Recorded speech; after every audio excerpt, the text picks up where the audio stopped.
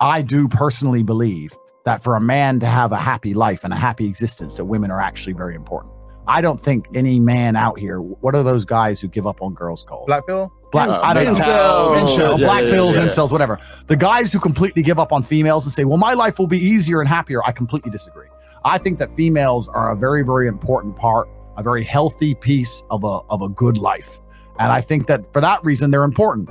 Just like food is important and money's important and health is important. And if you're completely lacking in any one area, it's going to dominate your thinking and it's going to destroy your world, Facts. right? If you have no food, all you care about is food. If you have no pussy, all you care about is pussy. So there's obviously a degree of balance, but what Waller said is absolutely correct. You need to be on your mission, you need to be the man, and it needs to be one of the many things you need to do as a man. It can't be all you do, just like the gym shouldn't be all you do, and working shouldn't be all you do. But they're all things that need to be done. You can't go through life and just completely neglect the ability or the need to acquire females, to absorb females.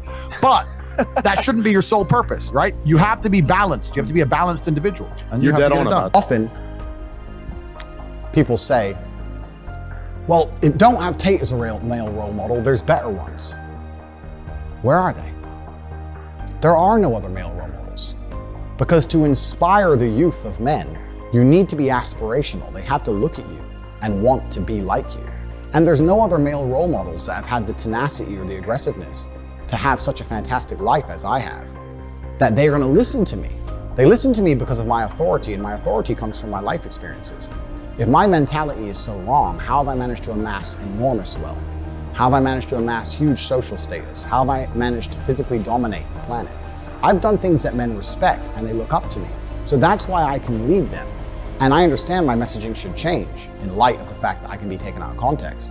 But me being alive on the internet will allow me to lead men in a very positive direction. Banning me and deleting me leaves a black hole where they say there'll be another masculine leader. But the men don't listen. The youth of today won't listen to anybody else. That's the reason I'm the most famous man on the planet, because none of these other people have the authority to affect them like I do. It's me or nobody. And I truly believe that me, with reformed messaging, now understanding of my newfound fame, is so much better for the world than nobody. Because nobody just leads to black holes of who knows what, and it can't be controlled. And that's where the internet is truly dangerous. We're talking about the future. There's always been a large proportion of men in the world who made the choice to stay where they are.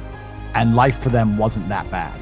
But as we reach the future and as time goes on, you're gonna notice now that the people who don't chase having a masculine network, if they're not gonna be excellent upon themselves and they're not gonna be plugged into a serious circle of achievers, their life's going to become terrible.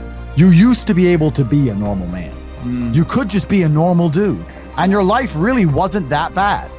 But now we live in a situation where you just can't just be a normal dude anymore. In fact, I'm going to say something else. I'm going to say something that's a bit more controversial. 5 or 6 years ago, you could consider yourself law-abiding. I abide by the laws, and I do all what the law says. Right? And you'd have a good life. The way things have gone these last couple of years and the way they're going to continue to go, you can no longer even obey the law. You need to be able to either go to another country or have a friend who can get you the paperwork or know a guy who knows a guy. You can no longer even just be a law-abiding citizen without having an awful life. Wear your mask. Yeah, you can't even be a law-abiding citizen. So being a normal dude is no longer an option. Being law-abiding is no longer an option. People look at some of us guys up here and go, oh, yeah, well, they're a bit extreme, or, you know, Tate's a bit crazy and he's a bad guy, all I've done is chosen a path that allows me to prevent being crushed, because a lot of you watching this are going to be destroyed. In 5 years from now, you cannot even understand the world you're going to be living in as a normal dude. A normal law-abiding man 5 years from now is fucked. So you better get it together. You're tired. You don't want to work. You want to go to sleep and just relax. You do it fucking anyway. And sorry to interrupt again, No, but that is the most basic imperative of the masculine frame, which has been destroyed in real time. They are trying to convince you that you should act how you feel. You should show more of your feelings. If you feel this way, you should show it. If you want to cry, cry. Look, I have no problem with guys crying. Sometimes guys cry, right? My dad died, I cried. I've cried once in 10 years, but it's not a default emotion for me. Sometimes you cry, right? But what I'm saying is the reason they're trying to bring out emotionality in you is because of exactly what Myron said. Most of the time, you don't feel like doing the things you're supposed to do. But the true masculine frame throughout history was doing the things they didn't want to do, but they knew they had to do because they had honor and duty. That's what honor and duty means. Do you think the men on the Titanic wanted to stay on the fucking Titanic? No, we're men. We have to stay. We're scared, but we must. It's our duty to let the women and children on the lifeboats. Yeah. This is masculine duty. When you remove self-control from men, you get, not only do you get emasculated weak men, but what you also get is very dangerous men. Because the world at large is trying to tell you, just be more in touch with your feelings and everything's gonna be fine. Men also have an innate desire, one, for conquest, and two, we have a biological response. We are very predispositioned to anger. You look at all these school shooters and shit. These are men who can't control their emotions. That's all they are. Facts. They have no self-control. And then they go and do dangerous shit. A good man controls himself. I have absolute self-control. If I decide to smash your face in, it was a very conscious decision. Nothing to do with the fact I was angry. If I decide to shoot you in the face, it's a conscious decision. It's the best move on the chessboard. There's no anger involved. You understand? Emotional control is absolutely and utterly important as a man. Now, I'm not saying become a stoic dork, have no personality, be a boring fuck. I'm not saying that. I'm saying that you need to understand as a man, there are certain principles under which you act, regardless of how you feel. Bam. The very baseline of masculinity, if you were to say to me, what is a man? My answer would be emotional control. That is the very bottom baseline important thing to be a man. As a woman, it's something else. But as a man, it's emotional control. If you cannot control your emotions, you will never, ever be shit as a man. Do you think the men on the Titanic weren't controlling their emotions when they waved goodbye to their children and their wife? They were scared. But did they cry like babies? No, they froze to death like men. Emotional control was the bottom line of masculinity for the entirety of human history. Until the last 30 years when we said to men, if you feel a certain way, you can be that way. Oh, look, incels are stabbing people because girls don't want to talk to them. Oh, look, crime's going through the roof because people can't handle being disrespected, pulling out a Glock and blowing people's brains out. I wonder where this comes from. It comes from telling men to not just fucking have enough mental control to go, you know what, I'm gonna get the fuck over. Or I don't feel like doing X, but I'm gonna do X because it's my duty to do X. As a man, you're supposed to be scared and not show you're scared. This is the bottom line of a man. If you don't have emotional control, you're not a man anymore. So this whole promotion of mental fragility is also just completely destruction of manhood. You're not a man if you give in to your emotions. I'll tell you something now. I'm the baddest motherfucker on the planet. Someone breaks into my house at night, I'm still scared. You're like, whoa, someone's in my house. But I'm still gonna go out there and fuck them up. I'm not gonna sit there and go, well, I'm scared, so you go. Try to push my girl out the door. Like, what the fuck? You're a man. It's your job as a man is to be a man. So it's more about duty and honor than how you feel. When you live life as a man, it has very little to do with how you feel. You can live life as a woman and do what you feel. As a man, you don't do as you feel. If I feel happy or I feel sad, I have the exact same productive ass day. That's how I live. No matter how I feel, I get my shit done because that's what you're supposed to do as a man. So this whole mental fragility promotion is just another angle to attack and destroy manhood. And then you're completely right. Women don't find these type of men attractive because women from an evolutionary standpoint still want a man. Yeah. You know, it's crazy, man. I'm so glad I left the fucking West. The West is a failed society. In my course, I talk about how male attention is hyperinflated. So there it is, TateShinkai.net. And I talk about how male attention is hyperinflated and women women enjoy unlimited male attention. Mm-hmm. So how do you add value to something? Well, you make it scarce. Gold has value because it's hard to find. If gold was everywhere, it wouldn't have value. So I teach guys to put value on their attention. And that's what a good hour of my course is about, how you do that.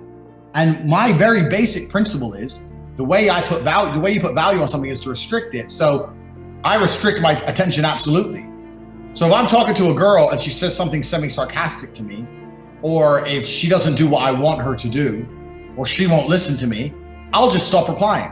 I won't insult her. I won't try and convince her. I'll just stop replying. Bang, just vanish. And you know what? Most of these hot girls, no one vanishes on these girls, bro. No one vanishes on these girls. The only dude who's like, what? I gave him some sarcastic bullshit answer and he didn't text back. And before you know it, they're the one liking your Instagram picture. They're the one trying to get your attention again. And you know, you might still have to be the man and pop up again a month later or something. They'll like your pictures, they'll watch your stories. All of a sudden, they're like, this guy, because your attention is now valuable. You're the one dude who fucked with them. Every other guy's telling them they're beautiful. You're the one dude who's like, you know what, fuck your shit, bye. And it's all about frame. This goes back to the very basics of the game. Frame. You want to put value on your attention. I say this all the time, with the biggest mistake people make in relationships is that, especially busy guys, you're busy, you're working, you're always busy all the time. And you text your girl in the morning, okay, I'm having a busy day at work, love you, talk to you later. Yep. And she doesn't hear from you all day. Well, she doesn't get any attention. Whereas if she starts an argument and pisses you off, you'll take time out of the day to text her and tell her what a dumb bitch she is. Well, now she's learning how I get his attention is through negative action.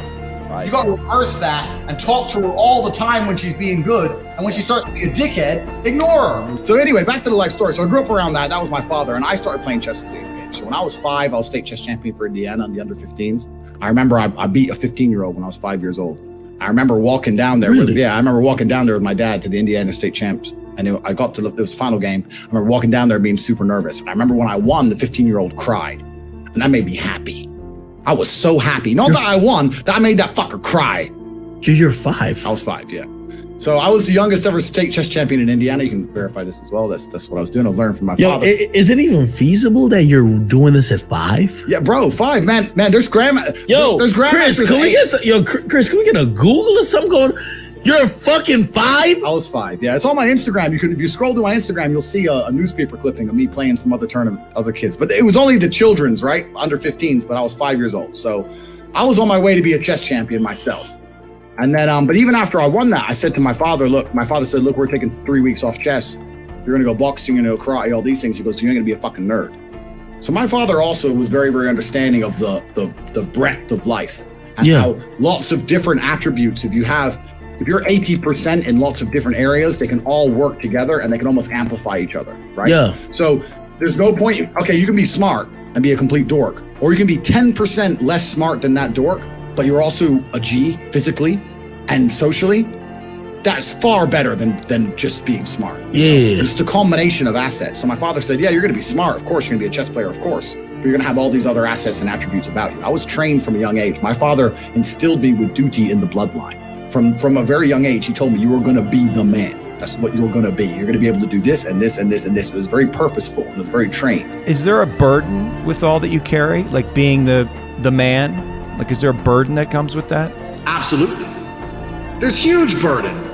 I think, where did I read? I read somewhere that the top 1% of society and the bottom 1% of society have the same stress level. So it's least stressful in the middle.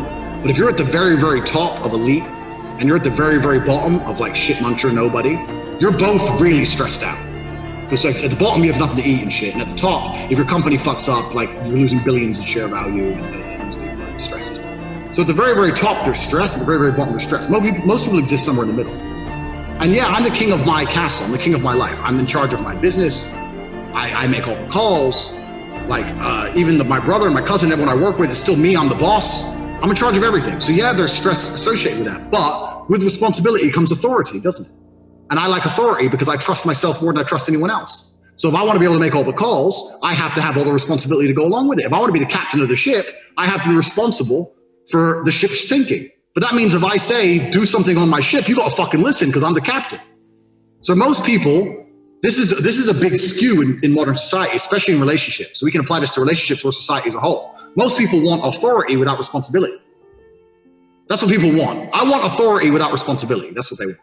Or you have women women do that. They want authority, but they don't want any responsibility. And then you have men in the world who have all the responsibility, but no authority. You have men who go out there, work his ass off, pay all the bills, struggling in the coal mine, but he comes home and he can't even tell his woman to make him a coffee. So he has all the responsibility and no authority. And the two should be linked. The more responsibility you have, the more authority you have. Now, personally, I can't think of any motherfucker on the planet better than me at living my life. So that means I need to be in charge of everything, which means I want to be responsible for everything, which is why, and yeah, there's a whole bunch of stress that goes with it, but I can't think of anyone else who can do it better than me. So that's just how it is. So I'm either going to deal with that stress and have all the authority to make all the calls, or I'm going to be a little pussy and be like, oh, I don't know, and I'll just hand over jobs to other people and just block it out from my mind. And then I don't get to make calls on them, and it won't be done as well, but at least I don't have to stress it. Happiness is energy. Like people say, I lack motivation. I say it's because you're unhappy. If you want motivation to push hard in your business, if you were happy and excited every day, you'd work hard. So how do you become happy and excited? Well, you have to be the man. How do you be the man? We've got to be strong. But it's all linked. Comes down to you. Yeah, It comes down to you. Yeah, it's all linked. So if you wake up every day and look in the mirror and go, I'm strong as an ox. Look at this. I'm built like Hercules. I'm about to go make some fucking money. That's different than waking up and going, out of breath out the shower and shit.